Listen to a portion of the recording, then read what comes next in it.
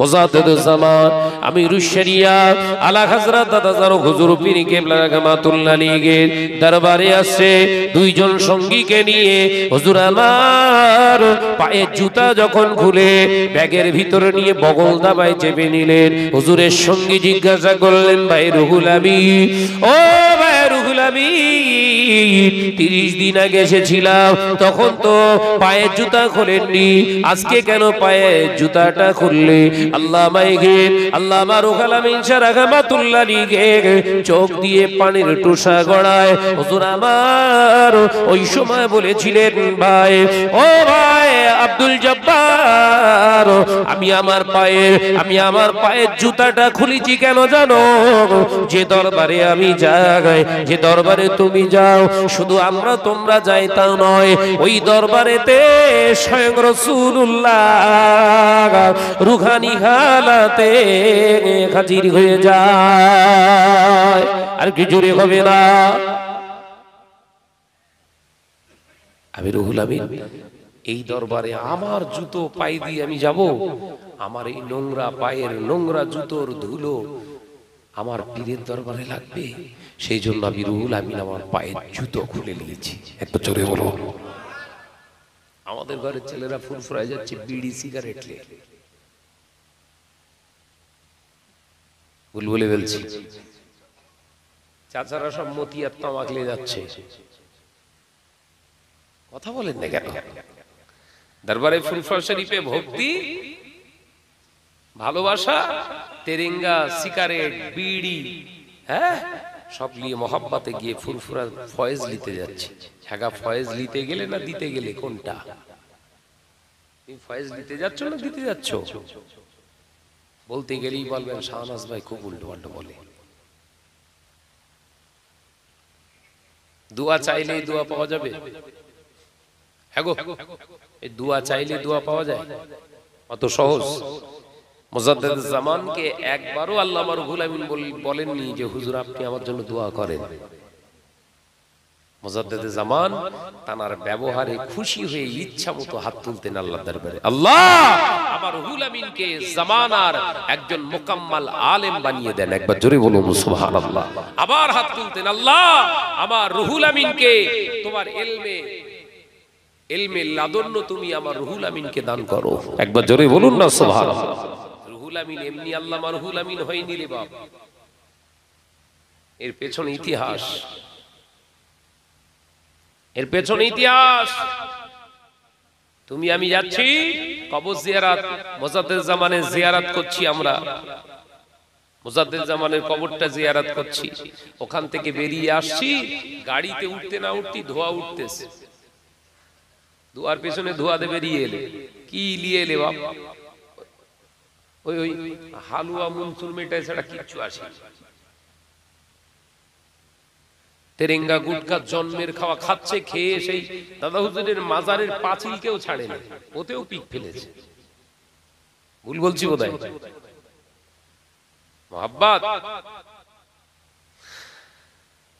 তাই পীরেদের কাছ থেকে দোয়া চাওয়ার আগে পীরের সঙ্গে আদব বজায় রাখুন, দেখবেন ওই পীর অন্তর থেকে আপনার জন্য দোয়া করবে। একবার জোরে বলুন সুবহানাল্লাহ। মুজাদ্দিদুজ্জামান আমিরুশ শরিয়াত আলা হযরত দাদাজান হুজুর পীর কেবলা রাহমাতুল্লাহ আলাইহি দরবারে আল্লামা রুহুল আমিন রাহমাতুল্লাহ আলাইহি আসছে। মুজাদ্দিদুজ্জামান হুজুর আমার দাঁড়িয়ে যায়, দরবারে ছিলে আল্লামা হুজুরকে আসতে দেখে হুজুর আমার দাঁড়িয়ে পড়েছে। মুজাদ্দিদুজ্জামানের সাথে সঙ্গীদের নিয়ে হুজুর আমার দাঁড়িয়ে পড়েছে।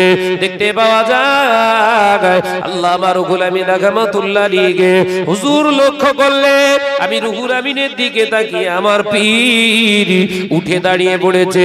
মুজাদ্দিদুজ্জামানের অন্যতম খলিফা আল্লামা রুহুল আমিন রাহমাতুল্লাহ আলাইহি হুজুর আমার দাঁড়িয়ে পড়লেন। মুজাদ্দিদুজ্জামান ইশারা করে ডাকে, বাবা রুহুল আমিন, ও বাবা রুহুল আমিন, দাঁড়িয়ে থেকো না বাবা, দাঁড়িয়ে থেকো না, এসো বাবা।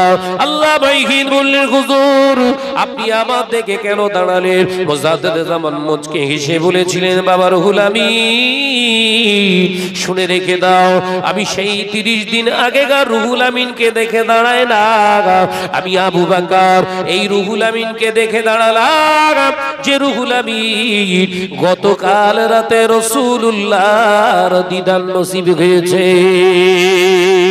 এরকম একজন যোগ্য আলেমকে দেখে আমি মুজাদ্দিদে জামান আবু বকর সম্মানে দাঁড়িয়ে পড়লাম।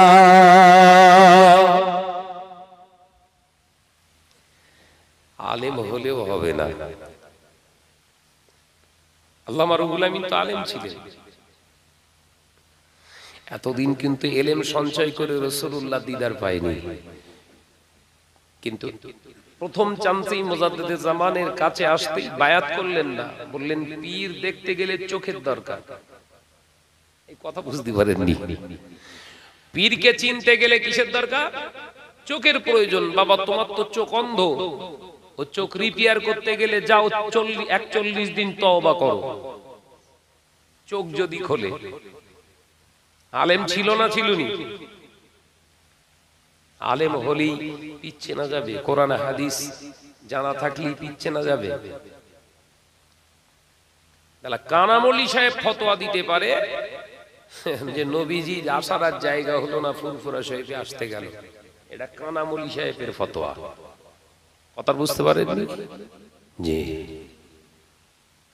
মুজাদ্দিদে জামান দাদা হুজুর পীর কেবলা রাহমাতুল্লাহ আলাইহি, হুজুর আমার আল্লামা রুহুল আমিন রাহমাতুল্লাহ আলাইহিকে বলেছিলেন, বাবা রুহুল আমিন তুমি 30 দিনের আগে যে রুহুল আমিন ছিলে আজকে সে রুহুল আমিন নয়। স্বপ্নে যে রাসূলুল্লাহর গতকাল দিদার পেয়েছে এটাও তো আল্লামা রুহুল আমিন দাদা হুজুর কেবলাকে বলেনি, তাহলে বললেন কি করে? মুজাদ্দিদে জামান বললেন কি করে? ইয়েস, এটার নামই হচ্ছে ইলমে লাদুন্ন, যেটা আল্লাহ খোদা প্রদত্ত জ্ঞান মানুষকে খাস করে আল্লাহ দান করে। একবার জোরে বলুন সুবহানাল্লাহ। আইয়া ফি সূরাত, এই মুখমণ্ডলটা দেখলেই বলে দেবে নামাজ পড়ে না পড়ে না। কথা বুঝতে পারছেন? মুখমণ্ডলটা এই সূরাতটাকে দেখেই বলে দেবে রাসূলুল্লাহর সঙ্গে সম্পর্ক কেমন। সে জ্ঞান আমাদের আছে? আরে থাকবে কি করে? সুদীর মাল জন্মের মতো খাচ্ছি, পনের শাদি কলগে ভর্তি করে খাচ্ছি। কথা বলছেন না কেন? পরের মাল মেরে মুচড়ে ধুমপক খেয়ে নিচ্ছি, আবার আল্লাহ আল্লাহ জিকির করছি। চোখ কানা না ভালো? কথা বলছেন না কেন? এ চোখে দেখা যায়, এ চোখে দেখা যায়। মুজাদ্দিদে জামান মুজাদ্দিদে জামান বললেন বাবা রুহুল আমিন ওয়াজ করো।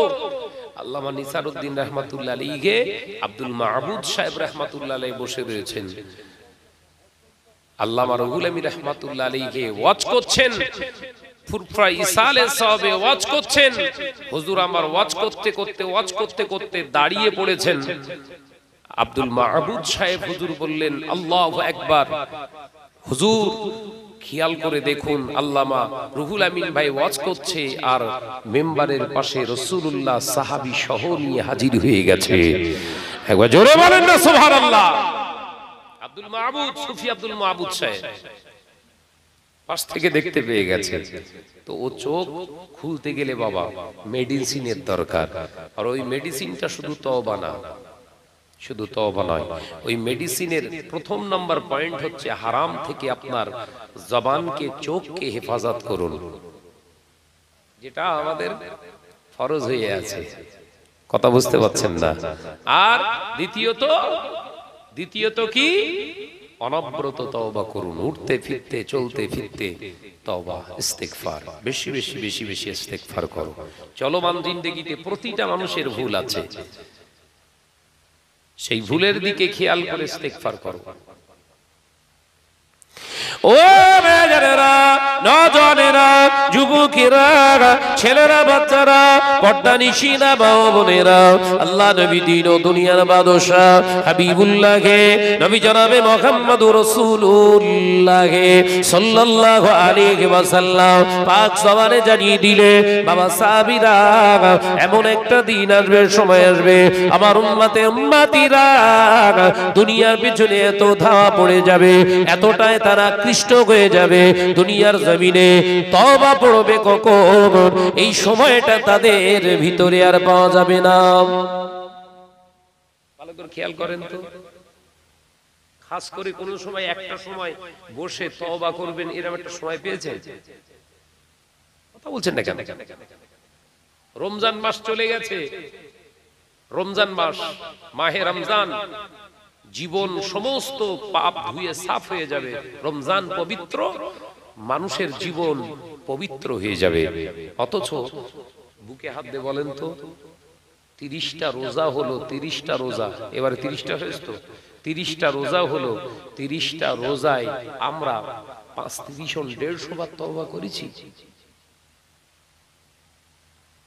রাসূলের হাদিস, 1444 বছর প্লাস বিশ্বনবী বললেন কি, আমার উম্মতেরা দুনিয়াতে এত পাগল হয়ে যাবে, তওবা করবে এ সময় পাবে না।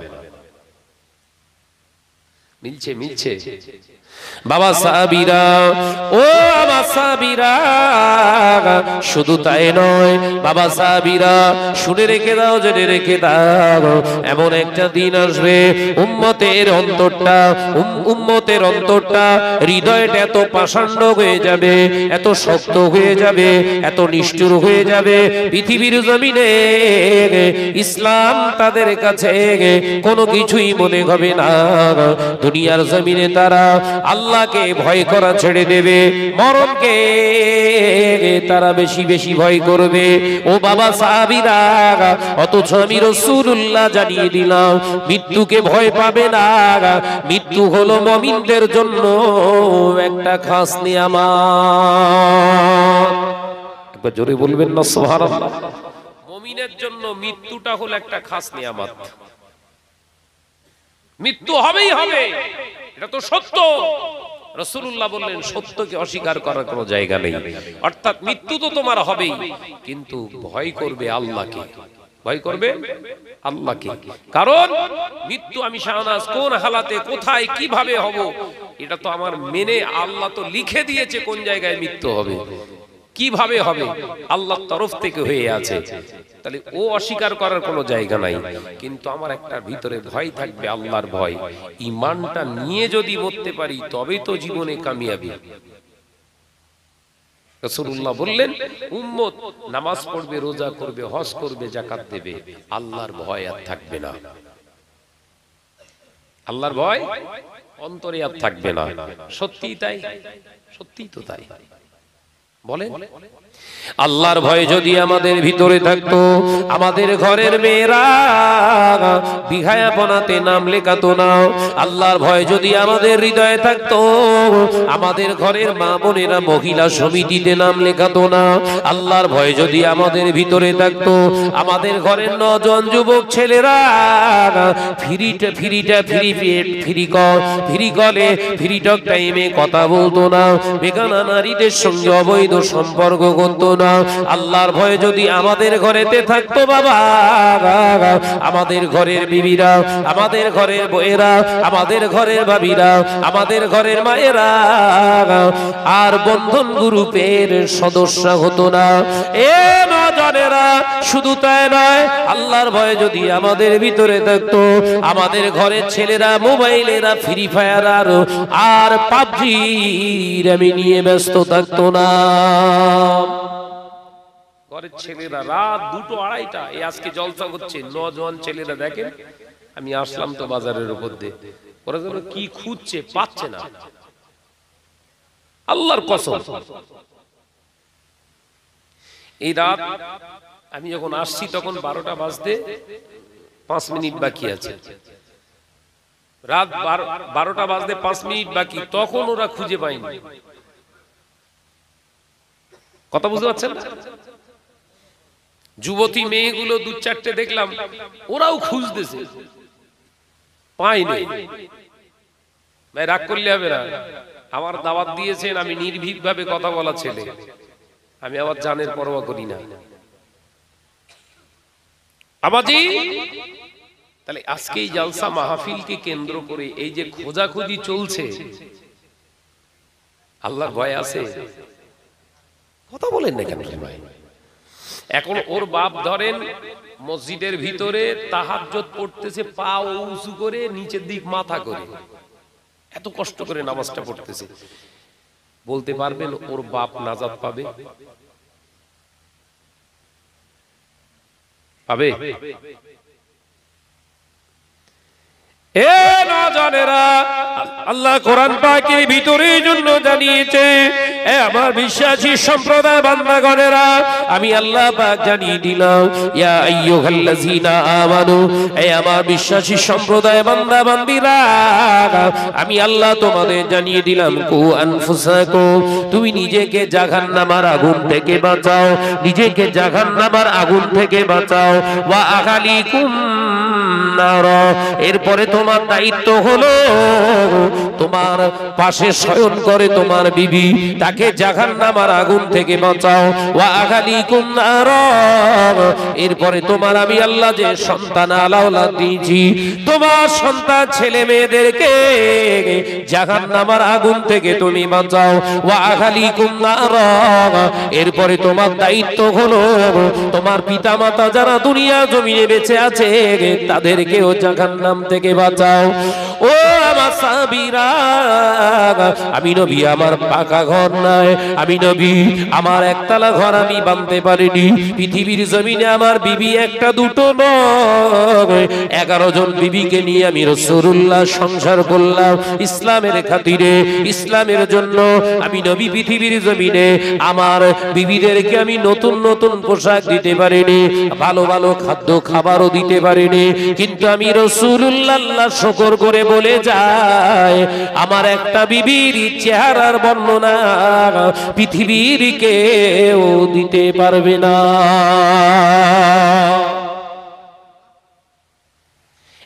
একটা দুটো নয়, আল্লাহ নবীর হাদিস অনুযায়ী পাওয়া যায়, নবী 4টি কন্যাকে নবী মানুষ করেছে। দামি দামি কোন ইউনিভার্সিটিতে পড়াতে পারে না, আমার নবী কোন স্কুলে পড়াতে পারে না, আমার নবী নিজের কন্যাদেরকে ভালো মাদ্রাসায় পড়াতে পারে না, আমার নবী নিজের কন্যাদেরকে দামি দামি পোশাক দিতে পারে না। 4টি কন্যাকে বিবাহ দিলে 2টি কন্যাকে দুবার করে 2 জায়গায় বিয়ে দিতে হয়েছে নবী। সেই 4টি কন্যাকে নিয়ে গর্ব করে ও আমার সাহাবীরা, আমি আমার 4টি কন্যাকে নিয়ে গর্ব করি। আমার 4টি কন্যার রূপ কেমন, যৌবন কেমন, তাদের চেহারার কালার কেমন, পৃথিবীর তার স্বামী ছাড়া আর কেউ দিতে পারে না। একবার জোরে বলে, একবার জোরে বলে। আর আমাদের এক পিস 12টার সময় খুঁজে পাচ্ছে না।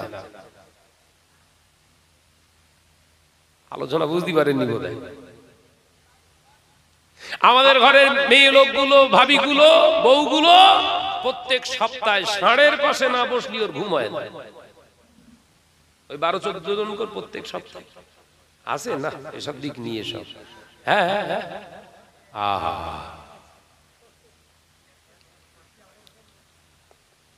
তাহলে তো একদম কবুল হয়ে গেছে তো বাবা।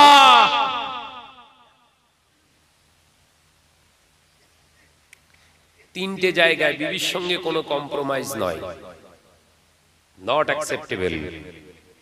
3টে জায়গায় কোনো মতে সমর্থন করবেন না।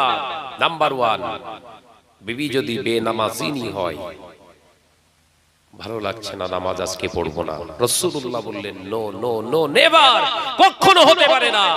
তোমার বিবি যতক্ষণ না নামাজ পড়ে ওরা হাতের খাওয়া স্টপ রাখো। এসব আজ করলে জীবনে আর এই হাটগাছি জীবনে আর দেখা হবে না। কথা বলছেন না কেন? নবী বললেন। দ্বিতীয় জায়গা, বিবি বলছে বড্ড গরম হচ্ছে, মাথা থেকে কাপড়টা সরাই, বেহায়াপনা করবে, ভালো নতুন কাপড় পরে একটু বাজারটায় ঘুরবে। রাসূল বললেন নট কম্প্রোমাইজ, মানবো না। 3য় নম্বর জায়গায় রাসূলুল্লাহ বললেন তোমার আব্বা আম্মা হায়াতে রয়েছে, তোমার বিবি খাওয়াতে চাইছে না, রাসূল বললেন নো কম্প্রোমাইজ, খাওয়াতে হবে। এই সৎ সাহস নিয়ে, স্পিরিট নিয়ে বলবো কিভাবে? কারণ বিক্রি হয়ে আছি, হ্যাঁ, এক একটা গরু দুপে গরু বিক্রি হয়েছে 70,000, 4 ভরি, হয় না এরকম বিক্রি? এক একটা গরুর দাম কি রে বাবা, গোল সাজানো জিনিস, বুঝতে পারছি। হ্যাঁ, চাইতে চাইতে শুধু দুটো জিনিস বাকি থাকে, শুধু সোর আর লাঠি। কথা বুঝতে পারছেন না?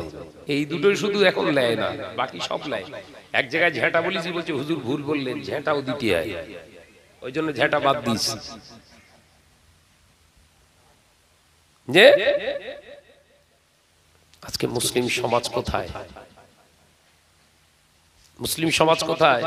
আবার ওই মজলিসে, বিয়ের মজলিসে আমাদের মতো হুজুররাই যে দোয়া চাচ্ছে, আল্লাহ এই বিয়েকে কবুল করে নাও। আচ্ছা, এই হুজুরির কবরে বাস পড়বে না পড়বে না? কথা বলছেন না কেন? ফতোয়ার কিতাব দেখুন, কোন হারামের মজলিসে যে কোন আলেম দ্বীন দোয়া চাইতে পারবে না। আল্লামা হুজুর বলছেন সুদখোর মারা গেছে, ওর জন্য মাগফিরাতের দোয়া চাওয়া যাবে না। আমরা গড়ে জান্নাতে পড়ে, শুধু মালটা একটু বাড়ালি হয়, হ্যাঁ, টান মারবো জান্নাতে হিড় হিড় করে টানবে। যে আপনারা সব ঝিমিয়ে গেছেন কেন? অসুবিধা হচ্ছে নাকি? আরে ভাই, সবে তো একটু ঢুকলুম ভেতরে, পুরো ঘুগলে দেবো আজকে একদম। যে মহব্বতের সঙ্গে দরুদ আল্লাহুম্মা, একসঙ্গে হচ্ছে না, একসঙ্গে হচ্ছে না, একই সঙ্গে পড়ি। আল্লাহুম্মা সাল্লি আলা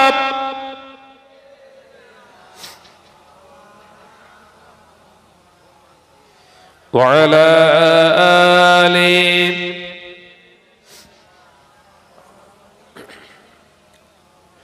ওই মদিনার বাদশ তুমি নবী সরওয়ার, ওই মদিনার বাদশ তুমি নবী সরওয়ার। শান্তি মোরা পেলাম আজি ধুলি ধরার পর। একটু জোরে হবে না সুবহানাল্লাহ? একটু জোরে হবে না? ওই মদিনার বাদশ তুমি নবী সরওয়ার। আল্লাহুম্মা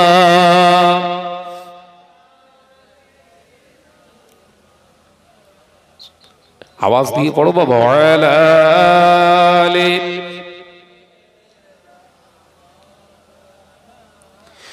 রোম পারস্য ইরাকে দিনই পৌঁছালে সবখানে, রোম পারস্য ইরাকে দিনই পৌঁছালে সবখানে।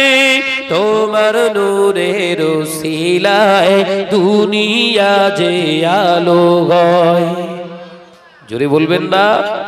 তোমার নূরের ছোঁয়া লেগে ঘুচলো অন্ধকার।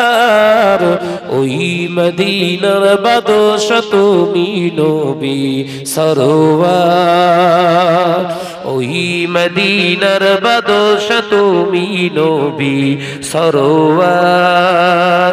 শান্তি মোরা পেলাম আজি ধুলি ধরার পর, ওই মদিনার বাদশ তুমি নবী সরওয়ার। আল্লাহুম্মা সাল্লি আলা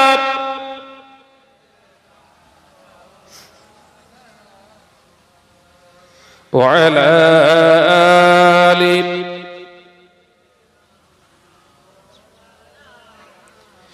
তোমার সাথে সাহাবা বিজয় করলো পাক্কাবা। তোমার সাথে সাহাবা বিজয় করলো পাক্কাবা। তোমার নূরের উসিলায় মুমিন প্রাণে শান্তি পায়। জোরে বলবেন না? নারে তাকবীর, নারে তাকবীর। সিলসিলা হক মুসাদ্দাদুস সামান তোমার নূরের ছোঁয়া লেগে ঘুচলো অন্ধকার,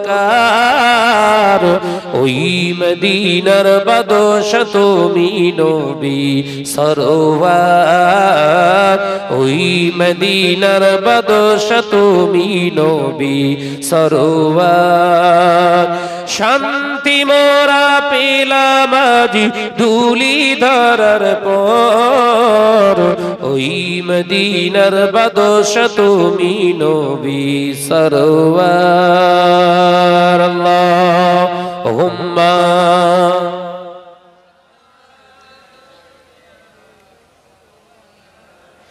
ওয়া আলা আলি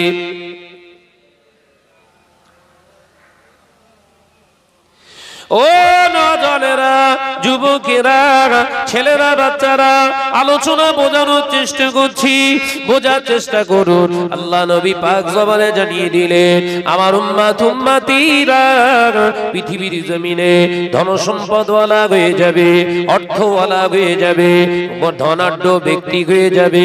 ও আমার সাহাবীরা, তারা সুন্দর সুন্দর লেবাস পরবে, পৃথিবীর জমিনে নামাজ পড়বে, রোজা করবে, হজ করবে, যাকাত দেবে। তবু আমি রাসূলুল্লাহ জানিয়ে দিলাম, উম্মতের কাছে আমার ইসলামটা গরীব হয়ে যাবে।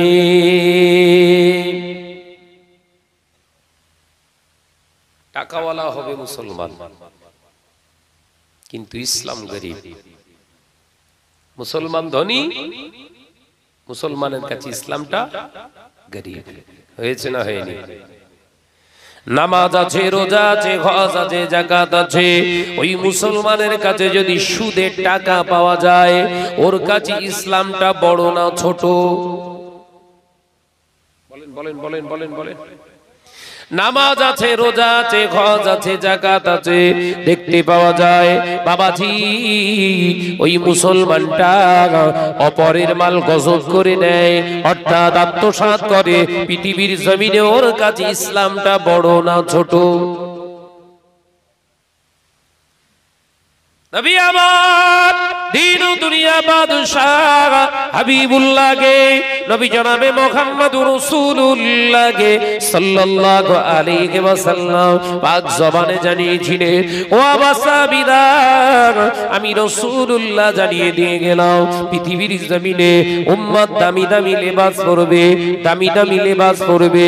ঘরের নারীরা সুন্দর সুন্দর নয়, দামি দামি পোশাক পরবে, অথচ দেখতে পাওয়া যাবে ময়দানের মাহশরে ওদেরকে উলাঙ্গিনী নারীদের কাতারে দাঁড়াতে হবে। আল্লাহ তাদেরকে দাঁড় করিয়ে দিবে উলাঙ্গ নারীদের অন্তর্ভুক্ত করে। নবী সাহাবীরা বললেন, হুজুর কেন? আল্লাহ নবী বললেন, বাবা সাহাবীরা, ওরা পোশাক পরবে ঠিকই দামি, ওই পোশাকটা তার হিজাব করার জন্য নয়, বরঞ্চ বেগানা পুরুষ যাতে দেখে পাগল হয় সেই জন্য পরবে। শুরু হয়েছে না হয়নি? যদি বলেন একটা পোশাকের দাম ৩,০০০, ২,৫০০, ২,০০০ টাকা, জামাটা পরছে হাতা লম্বা, কাছে গিয়ে দেখুন মশারি ছেঁড়া, বলতি ঝোদাই, মশারি কেটে দেয়, হাতা তৈরি করে দিচ্ছে। মশারি খুব হালকা হয় না ঘন হয় গো, মশারি কেটে হাতা তৈরি করে রেখে দিয়েছে, যদিও হাতা লম্বা, যদিও কলা টলা, পেছনে আবার এক খাবলা কাটা। বিশ্বনবী বলে গেলেন 1444 বছর আগে, বাবা সাহাবীরা, উম্মতি দামি দামি দামি দামি লেবাস পরবে, কিন্তু হাসরের মাঠে তারা উলাঙ্গিনীদের কাতারে দাঁড়াবে। ছেলেগুলো প্যান আর খুঁজে পায়নি, সব ছেঁড়া প্যান পরতে। সব কথা বলেন না কেন? হ্যাঁ, যার যত ছেঁড়া তার নাকি দাম তত বেশি। আল্লাহু আকবার, কি সময় এলো রে বাবা।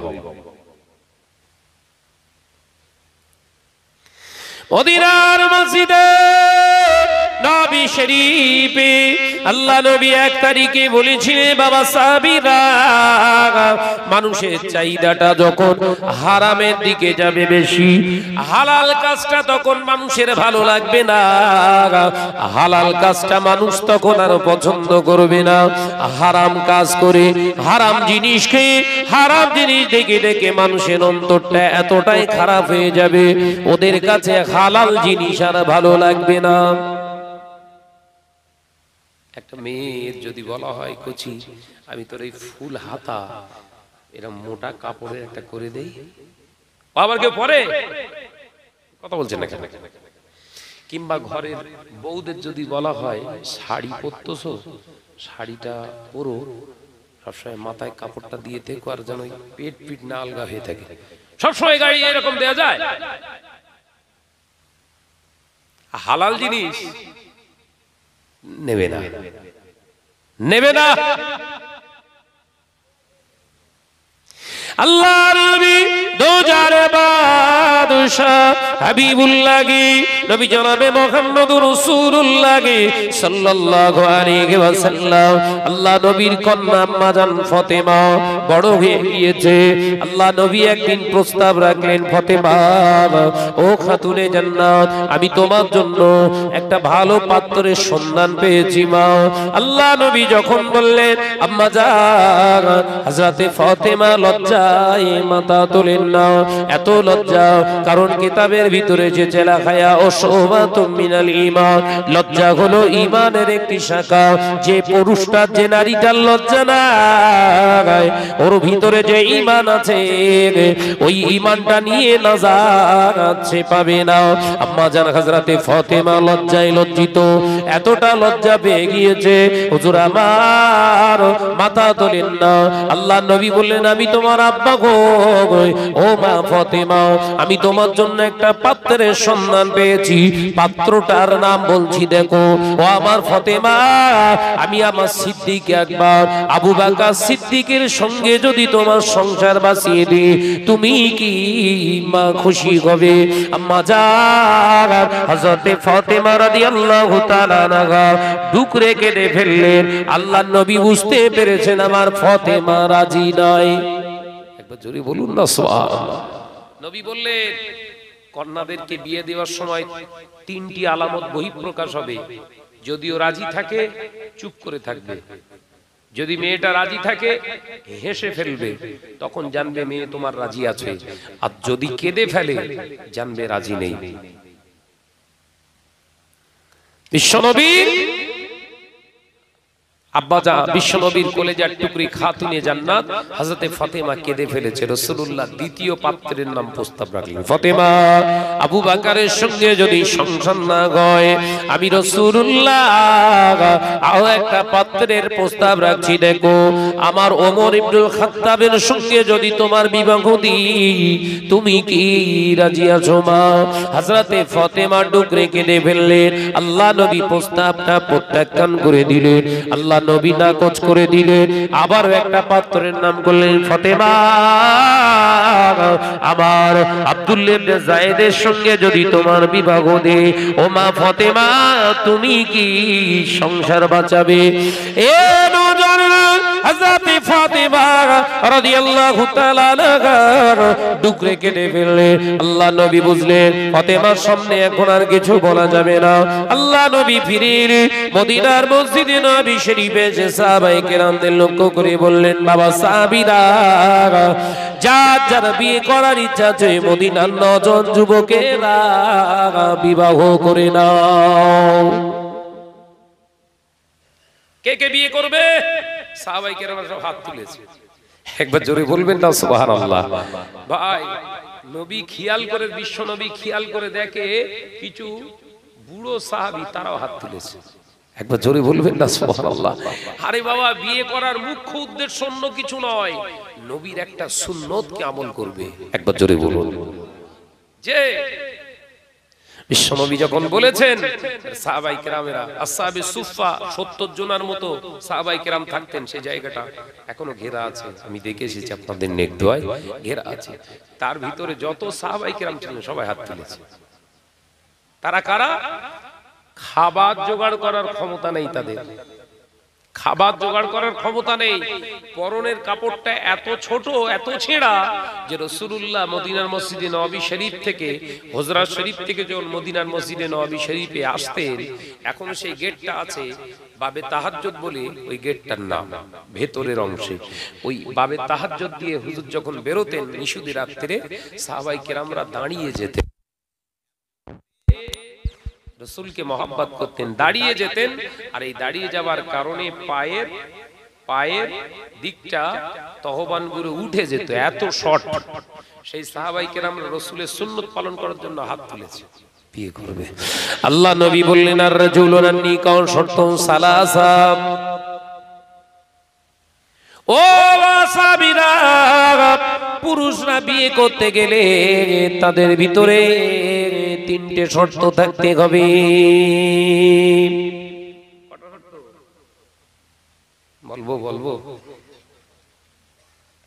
আল্লাহ নবী জানিয়ে দিয়ে বাবা সাহাবীরা, এক নম্বর শর্ত হলো যে পুরুষটা বিয়ে করতে চায় ওকে জিজ্ঞাসা করো, বাবা ছেলে শুধু যৌবন ক্ষমতা থাকলে হবে না, দৈহিক ক্ষমতা থাকতে হবে। দৈহিক ক্ষমতার সাথে সাথে সংসারের সমস্ত কাজ করার এক্সপেরিয়েন্স, অভিজ্ঞতা রাখতে হবে। একবার জোরে বলুন না সুবহানাল্লাহ। তার মানে রান্না করা, বাটনা বাটা, ঘর ঝাড়ু দেওয়া, জামা কাপড় পরিষ্কার করা, এই পুরুষটা যেন সমস্ত কাজের পারদর্শী হয়। একবার জোরে বলবেন না সুবহানাল্লাহ। নবী শুধু বিবাহ করা সুন্নাত বলেনি, স্ত্রীর হাতের কাজ করে দেওয়াটাও হলো রাসূলের সুন্নাত। একবার জোরে বলবেন না। অনেক ছেলেরা রয়েছে, হ্যাঁ আমরা রান্না করে ঢুকবো, আমরা শুধু এনে দেবো আর কষা খাবো। কথা বুঝতে পারছেন না বাবাজি? এগুলো হাজব্যান্ড নয়, এগুলো হচ্ছে কুত্তা ব্যান্ড। এগুলো কি ব্যান্ড বললাম? যারা এনে দেয় আর ঠ্যাংনাড়া দেয়, বলে লিয়ায় কষা লিয়ায় কষা লিয়ায়, এগুলো হাজব্যান্ড নয়, শুধু কুত্তা ব্যান্ড। বিশ্বনবী কোলে যারা সাহাবী, সাহাবায়ে কেরামের আঘাত উঠিয়েছে বাবা। আল্লাহ নবী বললেন প্রথম শর্ত, দ্বিতীয় নম্বর শর্ত হলো, ও আমার সাহাবীরা, দ্বিতীয় নম্বর শর্ত হলো, শুনে রেখে দাও, যে ছেলেটা বিবাহ করবে ওর নিজের পরিশ্রমের টাকা অর্থ দিয়ে বিয়ের দিনেতে নগদে নগদে মোহরানাটা মেটাবে। একবার জোরে বলুন, কোন টাকা দিয়ে? জোরে বলেন, জোরে বলেন। বিয়ের দিনেতে মোহরানা, দেনমোহর নয়। দেনমোহর কটার অর্থ আলাদা, ওটা হচ্ছে মোহরানা। কথা বুঝতে পারছেন না? মোহরানা, মোহরানাটা কোন টাকায় দিতে হবে? নিজের পরিশ্রমের, মেহনতের পরিশ্রমের, বাপের থেকে নিয়েও দেয়া যাবে না। এখন তো ঘরের ছেলেরা বলছে মেয়ের টাকা, মেয়ের বাপের টাকা ওর মোহরানা দেবো। কথা বুঝতে পারছেন না? যে রাসূলুল্লাহ বললেন যে তোমার পরিশ্রমের, মেহনতের পরিশ্রমের টাকা যদি নাও থাকে, পরিশ্রম করে গতর ঘামিয়ে যে জিনিসটা করেছো তুমি, তোমার জিনিস আছে, সেই জিনিসটা দিয়ে বিবির মোহরানা দাও। একবার জোরে বলুন না সুবহানাল্লাহ। নবী বলছে মোহরানা যার দেয়ার সক্ষম আছে, নিজের পরিশ্রমের টাকা, অর্থ বা জিনিস দিয়ে সে বিয়ে করবে। তৃতীয় নম্বর শর্ত, যাকে বিবাহ করবে তার ভরণ পোষণের দায়িত্বটা নিতে হবে। এ আমার সাহাবীরা, ভরণ পোষণের দায়িত্ব মানে শুধু খাওয়ানো নয়, পরানো নয়, শোয়ানো নয়। আমি নবী জানিয়ে দিলাম, ঘরের বিবি যদি বিহায়া হয় তাকে হায়া লজ্জাশীনা বানানোর দায়িত্ব তোমার। ঘরের বিবি যদি বেনামাজিনী হয় তাকে নামাজিনী বানানোর দায়িত্ব তোমার। চাচা বলছে 36 বছর ধরে বোঝাচ্ছি, আর হয় না। 36 বছর ধরে বোঝাচ্ছে চাচি নামাজ পড়ে না, কিন্তু 10টা বাচ্চা। ও চাচা মার খাবে না, খাবে না, কথা বলছে না কেন? অসুবিধা হচ্ছে? আমি শেষ করে দেই ভাই।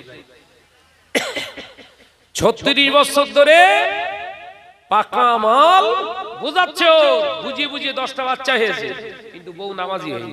ও মার খাবে না, খাবে না? কথা বুঝতে পারছেন না? আবার ওকে মরে গেলেই আমরা দোয়া পড়তেছি বিসমিল্লাহি ওয়া আলা মিল্লাতি রাসূলুল্লাহ, ফেরেশতারা বলছে বুঝতে পেরেছি রেখে যা। কথা বুঝতে পারছেন না? বুঝতে পেরেছি রেখে যা, আমরা চেক করে লোবাল। 36টা বছর ধরে সংসার করছিস, বউকে এখনো সোজা রাস্তায় আনতে পারলিনি, আর ওয়ালা মিল্লাতে রাসূলুল্লাহ রেখে যা, আমরা দেখে লোবাল।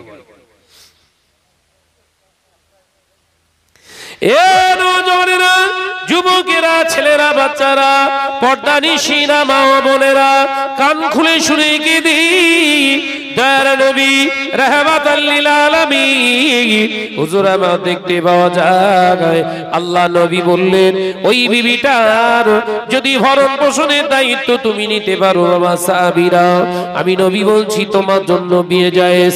এই তিনটে শর্তের ভিতরে একটা শর্ত যদি কমি হয় লা ইয়াসুজু আন নিকাহ, তোমার জন্য বিবাহ করা জায়েজ নয়। তিনটের ভিতরে একটা কমি হলেও বিয়ে জায়েজ না।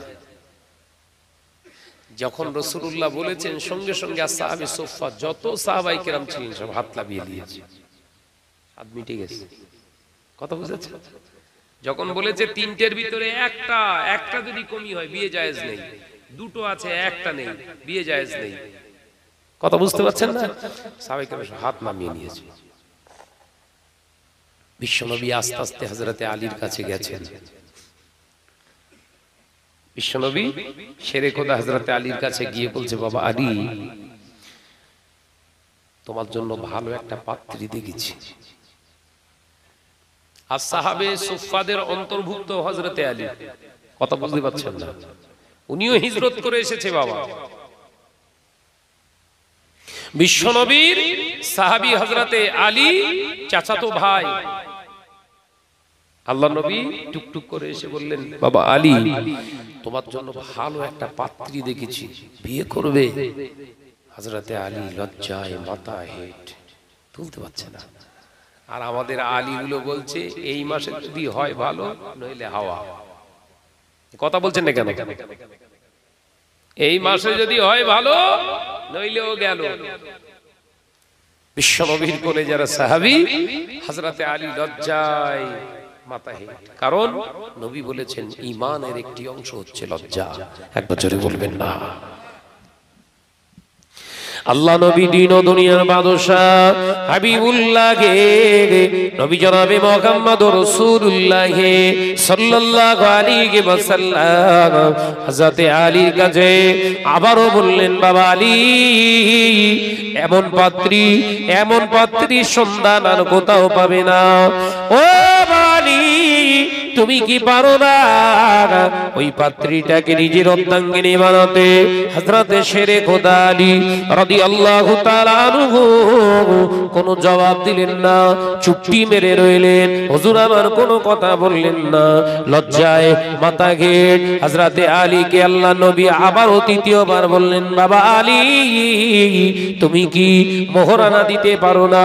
মোহরানা দিতে পারবে না? শেরে খোদা হযরতে আলী বললে ইয়া রাসূলুল্লাহ হাবিবাল্লাহ, হুজুর আমি যে মোহরানা দেব আমার গাটিতে কিছুই নাই, অর্থ নাই, টাকা নয়, আমি একজন মুহাজিরিন, আমি একজন হিজরত করনেওয়ালা, হুজুর আমার কাছে অর্থ বলে কিছুই নাই। আল্লাহ নবীর কোলে যারা সাহাবী হযরতে শেরে খোদা আলী কাররামাল্লাহু ওয়াজহাহুকে আল্লাহ নবী বললেন বাবা আলী, মনে করে দেখো তোমার অর্থ যদি নাও থাকে, তোমার পরিশ্রমের কোন জিনিস কি তোমার কাছে নাই?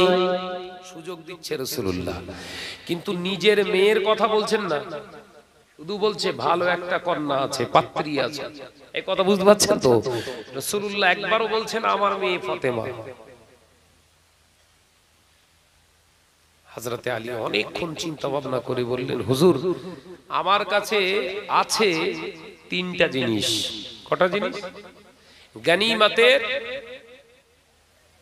গনিমতের মাল, তিনটে জিনিস আমার কামাই করা, অর্জন করা জিনিস আছে, পরিশ্রমের জিনিস, জিহাদের ময়দান থেকে আমি পেয়েছিলাম হুজুর। একটা হলো পানি খাওয়া চামড়ার মশক, পানির পাত্র, দ্বিতীয় নম্বর হচ্ছে তলোয়ার ভাঙা কিছু অংশ, আর তৃতীয় নম্বর হচ্ছে ঢাল ভাঙা কিছু অংশ। আল্লাহ নবী মুচকি হেসে বললেন, ওটাই আমার ফাতেমার জন্য মোহরানা নিলাম। একবার জোরে বলবেন না? বিশ্ব নবী কলেজার টুকরি খাতুনে জান্নাতের জন্য বললেন, ওইটাই আমার ফাতেমার জন্য, এবার নাম প্রকাশ করছে, আমার ফাতেমার জন্য ওইটাই আমি মোহরানা নিলাম। তাহলে রাসূল এখানে শেখাচ্ছেন, মেয়ে কন্যার বাপ যারা হবে এদের উচিত বিয়ের দিনেতে জামাইয়ের কাছ থেকে মোহরানাটা চেয়ে নেওয়া। আমি বলেছিলাম ওয়াজ কিন্তু বোঝার জিনিস, কাহিনী বলছি না, ভালো করে ফলো করুন। শরীয়তকে শেখার জন্য আলেমদেরকে দাওয়াত করেছেন। তাহলে রাসূলুল্লাহ শেখাচ্ছেন কি, ওখানে দালাল ফিট করা যাবে না। ওই দুইজন সাক্ষী পাঠালেন, একজন উকিলকে পাঠাইতো নাকি, বিষয় পাঠাইতো, ও সব পাঠাচ্ছেন, পাঠান, কিন্তু আপনি নিজে যাবেন, নিজে গিয়ে ছেলের কাছ থেকে, বাবা মেয়ের মোহরানাটা দাও। ও কারো দালাল, দালালের হাতে দিয়েছে কি দেয়নি, দালাল এসে বলল ৫,০০০ টাকা জেওরবাদ, কথা বুঝাচ্ছেন না নাকি, ধার রইল, হ্যাঁ হবে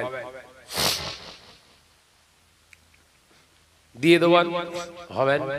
সে হবেন হবেন করতে করতে 10টা বাচ্চা হয়ে গেল, 40 বছর হয়ে গেল বয়স, মালিকাল মউত এসে বলছে চ ঘর চ, কথা বুঝতে পারছেন নাকি?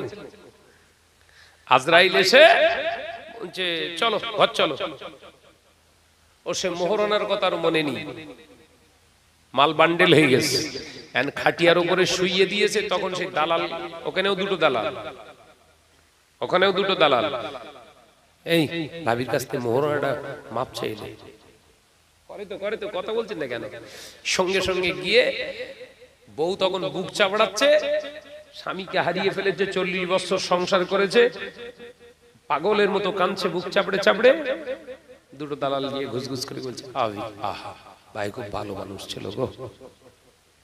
দালাল যেরকম কথা হয়, বুঝতে পারছেন নাকি? খুব ভালো মানুষ ছিল, আর কি করা যাবে, সব ভাইকে চলে যেতে হবে, আর কেঁদো না, তুই মাফ কর দাও। ফল খেলো কে আর ঢেকু তুলতেছ কে? কথা বুঝতে, 40 বছর ধরে সংসার যে করলো সে ক্ষমা চাইনি, সে ওই টানটানে শুয়ে রয়েছে। আর এখনকার মেয়েও তো ওই রকম চালাক, কথা বুঝতে পারছেন? ওই রকম তো চালাক। ও বলছে দেখতে পেলো তো লোক চারিদিক রয়েছে, কিন্তু না বলা যাবে না, মাফ করবো না এই কথা বলা যাবে না। তবে এখানে মারির মার একটা মারি, ভেবে চিন্তে আল্লাহর রাস্তে মাফ করে দিলাম, আল্লাহর রাস্তে মাফ করে দিলাম, আল্লাহর রাস্তে মাফ করে দিলাম। ভাই হাতের চিহ্ন কি মাফ করার চিহ্ন? এটা ভালো করে দেখে, মাফ করে দিলাম, মাফ করে দিলাম, মাফ করে দিলাম। দুটো দালাল বলছে হয়ে গেছে, কাজ হয়ে গেছে। ওরে দালাল, শুধু মুখে শুনলি হবে না, ইশারায় দেখ কি বলছে। ওর জবান এক কথা বলে, মুখ আর এক কথা বলে, তাহলে অন্তর আর এক কথা বলছে। কথা বুঝতে পারছেন? যুবকেরা, ছেলেরা, বাচ্চারা, ফতোয়ার কিতাব এসেছে যে সমস্ত পুরুষেরা বিয়ে করার সময় ওদের মোহরানা বিবিদেরকে মেটায় না, ওই অবস্থায় যদি বিনা তওবায় মারা যায়, কিয়ামত পর্যন্ত কবরে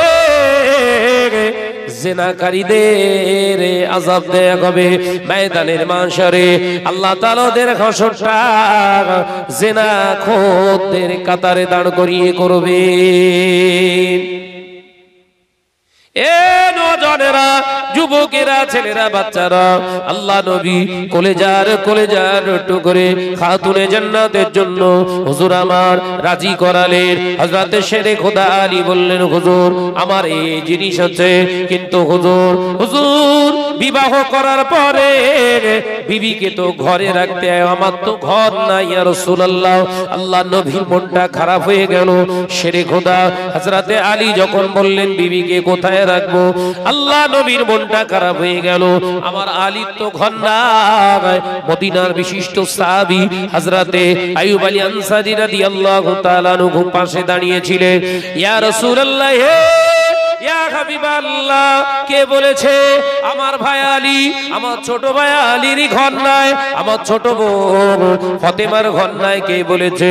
হুজুর চিন্তা করবেন না, আমি আইয়ুব আলী আনসারী, আমার যতটা ঘর আছে ওই ঘরের ভিতর থেকে সব থেকে ভালো পছন্দনীয় ঘরটা আমার ছোট ভাই আলী আর আমার ছোট বোন ফাতেমাকে আমি দিয়ে দিলাম।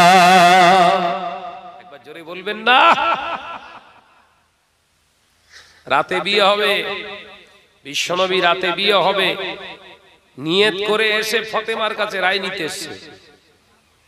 আম্মাজান ফাতেমাকে বলছে, ফাতেমা আর একটা পাত্র দেখেছি, আর একটা পাত্র দেখেছি। বিশ্বনবী বললেন, আমার শেরে খোদা আলীর সঙ্গে যদি তোমার সংসার বাসিয়ে দিই, তুমি কি রাজি আছো? হযরতে ফাতেমা ফিক করে হেসে ফেললেন। একবার জোরে বলুন, একবার জোরে হবে না সুবহানাল্লাহ? রাসূলুল্লাহ খুশি হয়ে গেলেন, ওই রাতে বিয়ে হবে। কিন্তু নবী যখন মদিনার মসজিদে নববী শরীফে এসেছেন, ব্যাকে যখন ঘরে গিয়ে দেখলেন ফাতেমা কাঁদছে।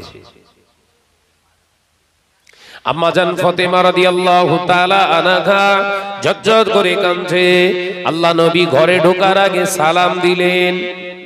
একটা সুন্নাত দেখেছেন, নবী ঘরে ঢোকার সময় সালাম দিয়ে ঢুকতেন। আছে সব আছে চাষ, বাগদা চিংড়ির চাষ আছে, ভেটকির চাষ আছে, সালামের চাষ আছে, সব শেষ। যে বলেছিল না, বলেছিলাম না, রাসূল বললেন মুসলমান ধনী হবে, ইসলাম গরিব হয়ে যাবে। পরীক্ষা করলেন এক একটা হাদিস পাক থেকে। রাসূল পাক সাল্লাল্লাহু আলাইহি ওয়াসাল্লাম বলছেন, ঘরে যখন তোমরা প্রবেশ করো, নিজের ঘর তুমি তৈরি করেছো। এই কি হলো এখানে, এত এত এত কথা হচ্ছে কেন রে বাবা?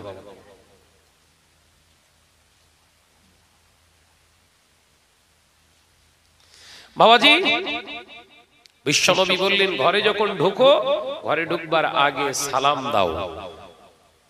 স্ত্রী হোক, বাচ্চা হোক, ভাই হোক, মা হোক, বাপ হোক, ঘরে ঢোকার আগে দরজার বাইরে দাঁড়িয়ে সালাম দাও, আসসালামু আলাইকুম।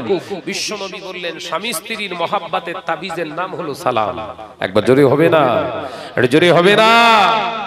যে স্বামী স্ত্রীর মহাব্বতের তাবিজের নাম সালাম। সন্তানের প্রতি বাপ মায়ের ভালোবাসা তাবিজের নাম হলো সালাম। বিশ্বনবী সালাম দিলেন ফাতেমাকে। বিশ্বনবী কলেজার টুকরে খাতুনে জান্নাত দরজা খুলে দিয়েছেন। নবী দেখলেন হযরতে ফাতেমার চোখ দুটো লাল টকটকে হয়ে গেছে। আল্লাহ নবী বললেন, ফাতেমা কি হয়েছে তোমার? রোনাজালি কেন করো? তুমি কি বিবাহেতে রাজি নও? আমার আলীর সঙ্গে কি তুমি সংসার করতে রাজি নও? হযরতে ফাতেমা বললেন, না আব্বাজান, আমি সেজন্য রোনাজালি করি না। কেন রোনাজালি করো? ও ফাতেমা, তোমার মা খাদিজার কথা কি মনে পড়ে গেল? হযরতে ফাতেমা রাদিয়াল্লাহু তাআলা আনহা বললেন, তা নয় আব্বাজান, আমি মা হযরতে খাদিজার জন্য কাঁদি না। কিসের জন্য রোনাজানি করো? আব্বাজান, আমি ফাতেমা রোনাজানি করি লজ্জায়। হুজুর, আমি শুনেছি মহিলাদের বিয়ে হলে তারা প্রথম রাতে স্বামীর সামনে যখন দাঁড়ায়, নতুন পোশাকে স্বামীর সামনে দাঁড়ায়। হুজুর, আমি ফাতেমা আজ রাতে আমার বিয়ে, আমার গায়ে যে পোশাকটা রয়েছে এটাই হবে আমার বিয়ের পোশাক। এই পোশাকটা একটা দুটো তালি নয়, 70টা তালি দেয়া রয়েছে। আমি তালি দেয়া পোশাক পরে আমার হবু স্বামী আলীর সামনে কি করে দাঁড়াবো? এই লজ্জায় আমি ফাতেমা কাঁদছি। চিন্তা করতে পারছেন? আল্লাহর নবী মনটা খারাপ হয়ে গিয়েছে। নবী আমার চোখ দিয়ে পানির টুসা গড়ায়। আল্লাহ নবী বলেছিলেন, ফাতেমা রোনাজালি করিস না বাপ, আমি তোর বাপ বড় গরিব, তুই গরিব বেটি, তুই গরিব বেটি। এ ফাতেমা, তোর বাপ গরিব, গরিব বাপের গরিব বেটি ফাতেমা, তোমার ওই 70টা তালি দেওয়া পোশাকের বিনিময়ে ইজ্জতকে যদি আবরু করি, সতীত্বকে যদি হিসাব করি, তুমি তোমার সামনে তোমার স্বামীর সামনে উপস্থাপন করতে পারো ফাতেমা, আমার আল্লাহ তোমার প্রতি খুশি হয়ে ওই 70টা তালি দেওয়া পোশাকের বিনিময়ে ময়দানের মাহশরে আমার আল্লাহ তোমার সমস্ত নারী থেকে 70 গুণ মর্যাদা আল্লাহ বাড়িয়ে দেবে। একবার জোরে হবে না? ইসলামে তালি দেওয়া পোশাকের কোনো অবমাননা করে না। শরীয়তের বিধান হলো যদি কোনো জায়গায় ফেটে যায় সেটা সেলাই করে পরতে পারেন, তালি দিয়ে পড়তে পারেন, কিন্তু ছেঁড়া পোশাকে নামাজ পড়া হচ্ছে মাকরুহ, জানেন না বোধহয়। সেই জন্য হানাফি মাযহাবের মাসলাক অনুযায়ী, ফতোয়া অনুযায়ী, এই যারা হাফ শার্ট পরে নামাজ পড়ে, এরকম গেঞ্জি পরে যারা নামাজ পড়ে, এদের নামাজগুলো সব মাকরুহ। আর মাকরুহ শব্দের অর্থ কি জানেন? মাকরুহ শব্দের অর্থ হলো পছন্দ নয়। এই কথা বুঝতে পারেন? আমি বোঝাতে পারছি কি? মাকরুহ শব্দের অর্থ কি? পছন্দ নয়। কার পছন্দ নয়? আল্লাহর পছন্দ নয়। কার পছন্দ নয়? নবীর পছন্দ নয়। কার পছন্দ নয়? কোরআন হাদিসের পছন্দ নয়। আল্লাহ রাসূলের যদি পছন্দ নয় আর আপনি যদি সেটা চালিয়ে যান, কাজটা ভালো হচ্ছে বলে মনে হয়। কিছু কিছু আবার বাপ চাচারা রয়েছে, তারা বলে ওই তামাক খাওয়া, বিড়ি খাওয়া ওটা তো মাকরুহ। আমি মাকরুহ মানে কি হারা চাচা? না না, মোটামুটি চলে। ফতোয়া দিচ্ছে, সাবধান হন, খবরদার খবরদার। রাসূলুল্লাহর সুন্নাত চেটে খাওয়া সুন্নাত আদায় করেন, দাঁত পরিষ্কার রাখা রাসূলের সুন্নাত, এটাও করুন। কথা বুঝতে পারছেন? চেটে খাওয়া যেমন সুন্নাত আদায় করছেন,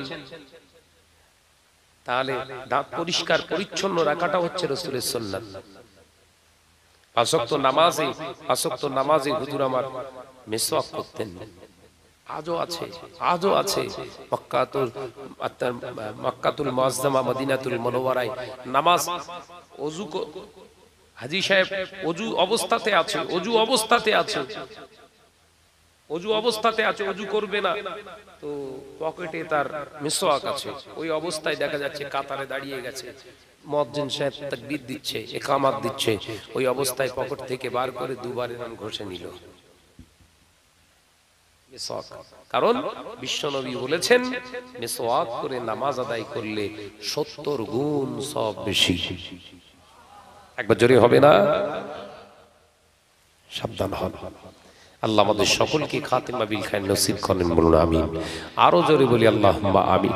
দরুদ শরীফ। আল্লাহুম্মা